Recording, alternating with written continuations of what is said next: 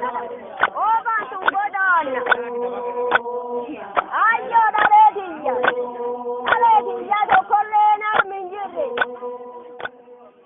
Isiolo Rangelands, the powerhouse of pastoral life in northern Kenya.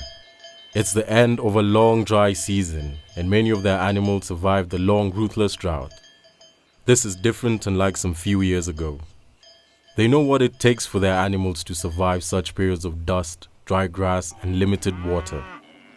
For these people, animals are their life, and these rangelands provide grass and water rich in minerals for the survival of their herds. Isiolo is a dry area.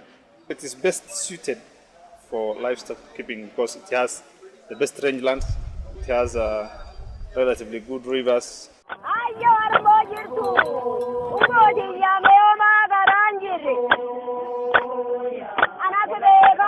Climate is very variable, and resources are transit, and they are variable with seasons. And pastoralists have honed a very sophisticated system of governance that is adaptable to seasonality. With rainfall being variable in time and space, life is very unpredictable in these northern lands, sometimes provoking floods and sometimes scarcity due to drought. This is normal for arid and semi-arid lands, and pastoralists used to have strong institutions for managing these uncertainties. Dedha, the traditional resource managers. Dedechun lafa, dedechun bisani, dedechun nama, marra, dedechun akan. Hujin deda, wan kam mamulti. Isan kam mamulani, mar kam mamulani, ori kam mamulani, nama mamulani, hujin deda akas. We divide this land, dry season area, wet season area, you see, drought season area. This area I'm heading now is a dry season area. The hills over there, not the big ones and all those, they are the drought reserve areas. They are the key drivers. They have all the powers of making decisions, telling people when is the time to go to wet season grazing area, when the time is to go to dry season grazing area, and when they open up the drought reserves. They are in charge of all issues from conflict to social issues, to animal health, to watering. Yeah, they help in the entire governance of natural resources. Over time, these institutions of rangeland and water management have been undermined. Today, however, they are being brought back to life as they are critical in building the people's resilience in the face of changing climate. Ikiwa mambo na haribiko naitwa hao. Najadiliwa maneno na kama jaji tu. Unaangalia ukweli iko wapi, rongo iko wapi, alafu nakata ile ya kweli. Lakini tangu hii serikali yetu ya Kenya wakati anapata nguvu, anasema sisi mambo wase hatutaki kusikia, mpaka ile maneno anafifia na kufa kabisa, mpaka wase anakosa sauti. Mpaka ile kitu maneno kidogo ambayo nataka kukatiwa hapa na malizo anapelekwa kwa polisi. Anapelekwa kotini huko. Over the years, the traditional rules, were eroded because of the aspect of modernity that came in. The decisions of the wazes, the Council of Elders, became meaningless. The result was, open access for pasture. It's not possible for the government to be in the village and to be in the ward all the time to govern resources on behalf of the community. It's the community who can do this better. They know what resources of key importance to them. They know when they need these resources, and they know how to utilize it better. An early warning bulletin from the National Drought Management Authority in July said Isiolo was in their last stage of drought. The vegetation cover index confirmed it, but social indicators showed otherwise. There was investment in natural resource management by Isiolo County Adaptation Fund. Could it be contributing to these findings? The situation looked like we are in a drought situation, but things, the socio-economic indicators like milk availability, pasture, water were better. Even nutritional status of the under fives were better compared to the long-term average. And now a study has been done to find out if investing in natural resource governance could be the reason. A team went around collecting data on the costs that went into capacity building of Dedha and the benefits that accrued as a result of better management of the natural resources. Assessment, nutrition, report NDMA bulletin ke gabaye wari Isiolo be gabaye wari Marsabit kaba emergency wari Wajeran kaba wari Garissa kaba wari Turkana kaba wari Samburu kaba wari Isiolo kaba wani na min bene kana mi to kolle lo dusi inkamne ka record si inkamne wan umati ufinojet ka guminu ufinojet kuna sante kaba to damilam kaba afurtam 40 people. Ya kuni nukora nu for dibitri ka ak nukora ko dansin ka tar sene atti bagdi location ke no jumdan len japse at ke serken ka jula sun la irdeme akorin na merken chu fofa ko garbane no dip saudin ko fa ko tamal the same agenda but after within the after yala man ka mo yala man ka baada kurkura korkan ke kan ka location si gargar de binetol fanne sub location si o juntanam kor safraya wan korken kan ke sadu banhane safarati era tay butu tanal ko habi ege ane reis la yuna rate yorra wana se woni se na garba jitu era tanal ko hab kaba era sunu mana maurino kadase yom hidu ko to jajal jirti sababu bisa sunini udere sanio data migration beta diko amma ko reduti average karto ko 150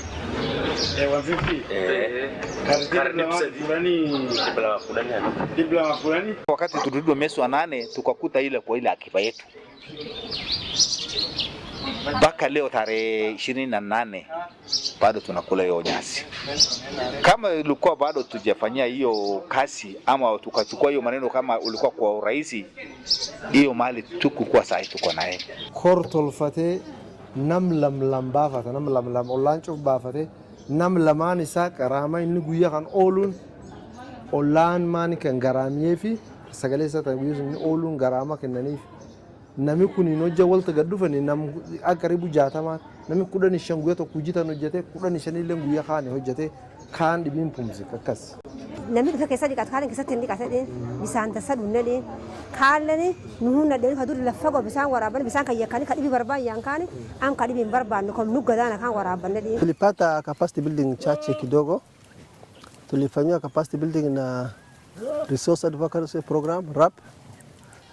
Last dry season ni wakati ya kiangazi mbuzi yangu hajaumia sana sababu tuliweza kutenga sehemu fulani kama sehemu kame tukaweza kuisha hapo wakati ya stress na hiyo iliweza kutusaidia mbuzi kusurvive na ikaweza kuzaa sasa mbuzi hata imeongezeka idadi.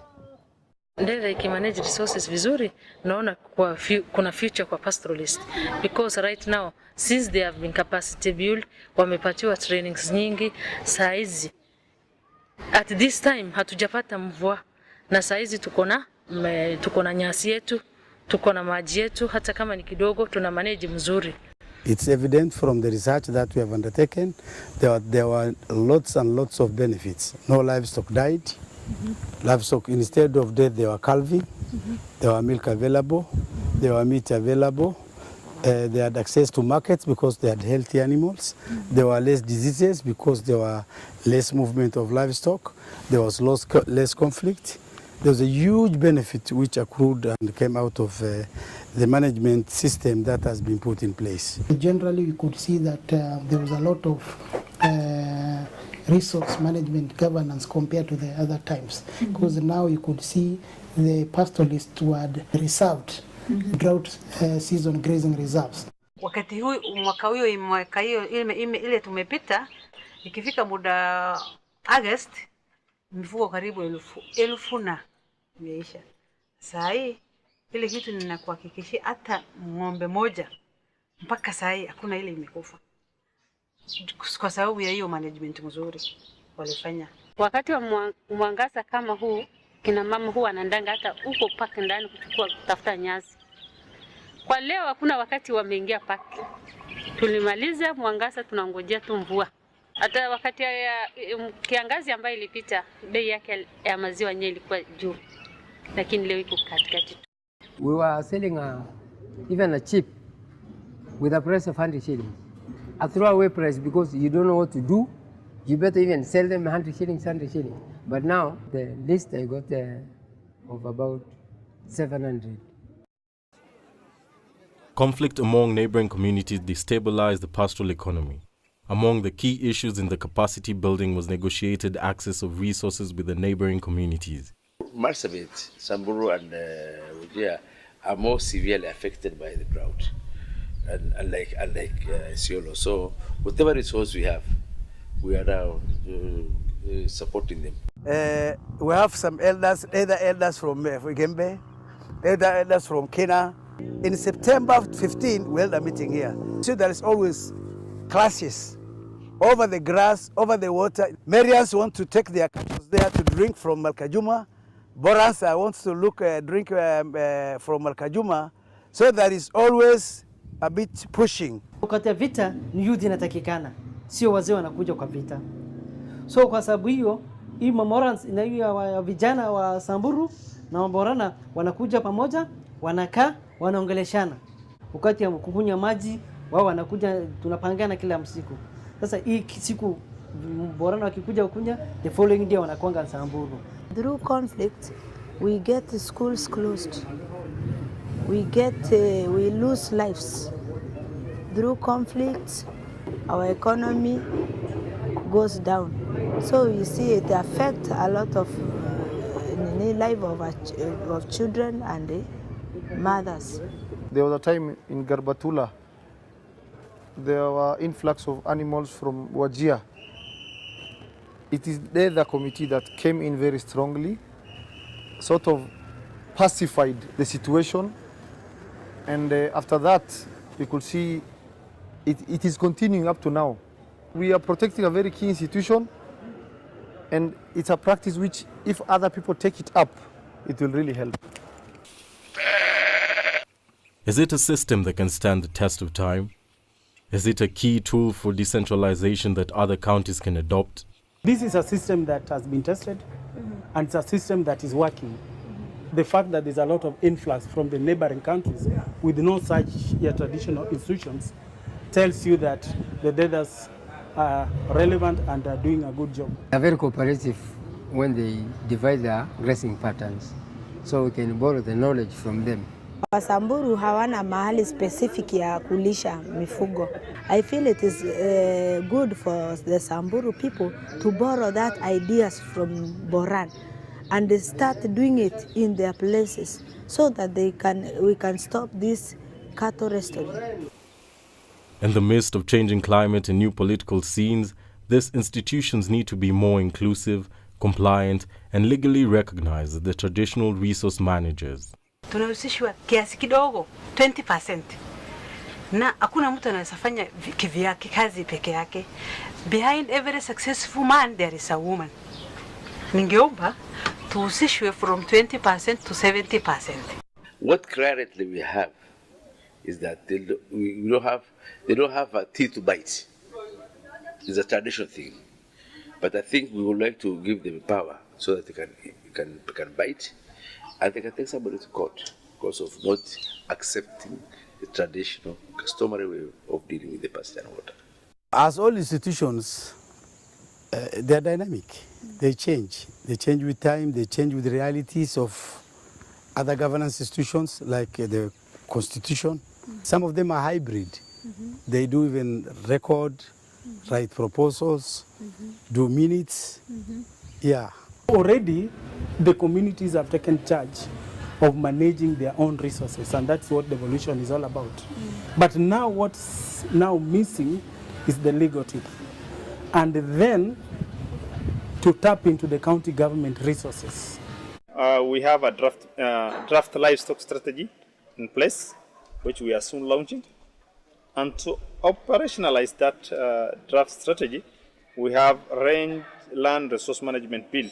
We only did 1-2 meetings. The rest of the meetings was undertaken by the community. The expense was taken care of by the community.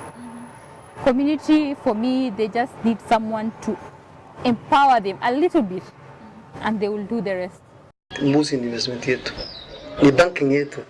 Kwa hivyo kukosa hiyo ikikwisha ni kama umeanzia bankrupt.